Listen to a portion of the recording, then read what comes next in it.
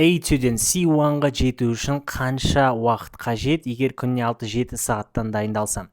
0-ден C1 деңгейіне жету үшін сізге шамамен 700-800 сағат guided hours керек. Guided деген не? Ол деген мұғаліммен сағаттар.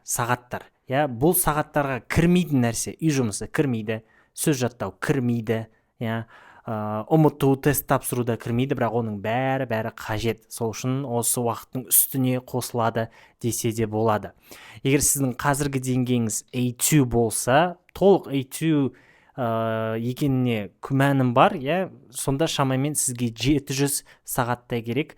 Менің есептеуімше, егер сіз аптасына мысалы әдеттегі қарқынмен 4,5 сағат оқысаңыз, ол деген 2,5-3 жылдай уақыт.